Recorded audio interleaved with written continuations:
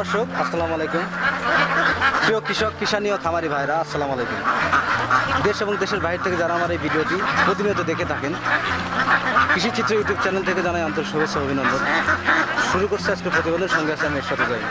ক্ষুদ্র ক্ষুদ্র যে সকল খামারিরা আমাদের খাদ্য চাহিদা গুরুত্বপূর্ণ ভূমিকা পালন করে আসছে, তাই এই সকল খামারিদের সফলতার গল্প তুলে ধরতে গ্রামগঞ্জে দূর দূরান্তে ছুটেছিল আমি এর সাথে যাই।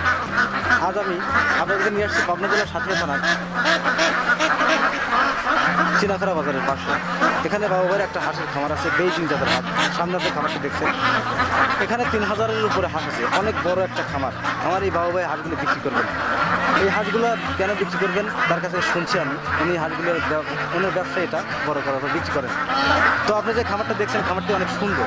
যারা হাঁসের প্রয়োজন বা হাঁসগুলো কিনবেন, অবশ্যই ডিসক্রিপশনে বাবু ভাইয়ের নাম্বার দেওয়া থাকবে, আপনি তার সাথে কথা বলে হাঁসগুলো কিনতে পারবেন।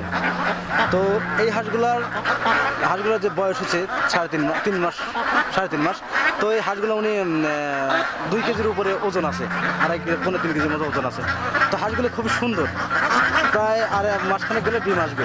তো যাদের হাঁসগুলো কেনার ইচ্ছা, হাঁসগুলো দেখতে পাচ্ছেন, বেজিং যে হাঁসগুলো অনেক সুন্দর, উনি আবদ্ধ অবস্থায় হাঁসগুলো পালন করতেছেন।